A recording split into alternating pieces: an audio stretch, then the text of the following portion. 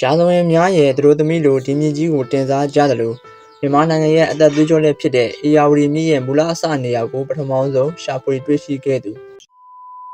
ကျွန်တော်တို့မြန်မာနိုင်ငံမှာမြစ်ကြီး၄သိန်းရှိပြီးအဲ့ဒီတဲကမှအေယာဝတီမြစ်ကတော့အရေးပါဆုံးအသက်သွေးကြောမြစ်ကြီးတစ်ခုဖြစ်ပါတယ်အေယာဝတီမြစ်ကဒီနေ့ခေတ်လူတွေပဲရေးပါခဲ့တာမဟုတ်ဘဲနဲ့တမန်ရာဇဝင်ဆက်မာတွေကရေးပါရအောင်ခဲ့ပါတယ်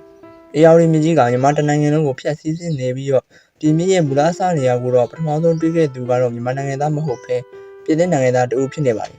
ဒီကနေ့တော့အေယာဝတီမြစ်ကြီးရဲ့အစနေရာကိုတွေ့ရှိခဲ့တဲ့ပြည်သစ်မင်းသားအကြောင်းကိုတင်ဆက်ပေးပါမယ်လွန်ခဲ့တဲ့နှစ်ပေါင်း250ကျော်အချိန်ကာလအထိအေယာဝတီမြစ်ရဲ့ထပ်ပိုင်းကိုဘယ်သူမှမသိကြပါဘူးဗမော်မျိုးအထက်ပဲအေယာဝတီမြစ်နေရာကိုသိခဲ့ပေမဲ့အဲ့နေရာရဲ့ထပ်ပိုင်းကိုတော့ဘယ်သူမှမသိကြပါဘူး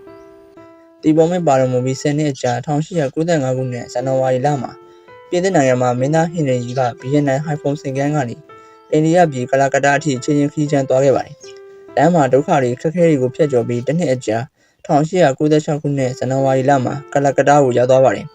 သူ့ရဲ့ရည်ရွယ်ချက်ကမြန်မာနိုင်ငံကအေယာဝတီမြစ်ရဲ့မူလအစနေရာကိုရှာဖွေဖို့ဖြစ်ပါတယ်သူ့ရဲ့ဝါသနာကကဘာကမသိသေးတဲ့တရိษံလေးထူးဆန်းတဲ့တက်မဲ့ပန်းမှန်တွေကိုသိပ္ပံပညာနဲ့ရှာဖွေမှတ်တမ်းတင်မှုရည်ရွယ်ပါတယ်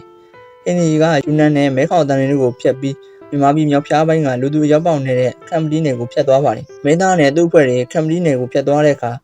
ကမ်ပတီစော်ဘွားလုံးခွန်နဲ့အမတ်ကျော်ဦးခေထောင်တို့ကကြိုဆိုကြပါတယ်သူတို့တဲကိုတက်ကန်မှုဇရဲတစ်စောင်နဲ့ပေးပါတယ်အဲဒီကာလကကမ်ပတီနယ်ကိုဧည့်သည်တွေရောက်ပေါက်နေပါတယ်1893ခုနှစ်ကဂရေးဆိုတဲ့အင်္ဂလိပ်ဗိုလ်မှူးတစ်ယောက်ကမြေပုံဆွဲဖို့ရောက်လာဘူးပါတယ်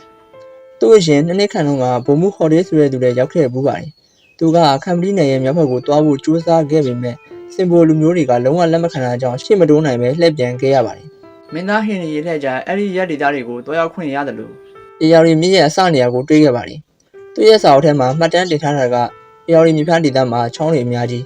မိုးတွေရွာနေတဲ့အများကြီးရွာတယ်အေယာမတတော်ကြီးတွေလည်းရှိရလို့ရေးထားပါတယ်သူ့ရဲ့ရှာဖွေချက်အရာမေခါမြစ်နဲ့မလီခါမြစ်တို့ဆုံရာကအေယာရီမြစ်ရဲ့မူလအစအစင်းစင်းရနေရလို့သိခဲ့ရပါတယ်အဲဒီကနေမင်းသားဟင်ရီကခရီးဆက်ခဲ့ပြီးအာသံဘီကနေစာရီယာမြို့လေးကိုဥတီသွားပါတယ်သူတို့အဖွဲ့နောက်ဆုံးလျှောက်ခဲ့တဲ့ခရီးကတောင်ထက်ရုံပြီးကြောကြီးပါ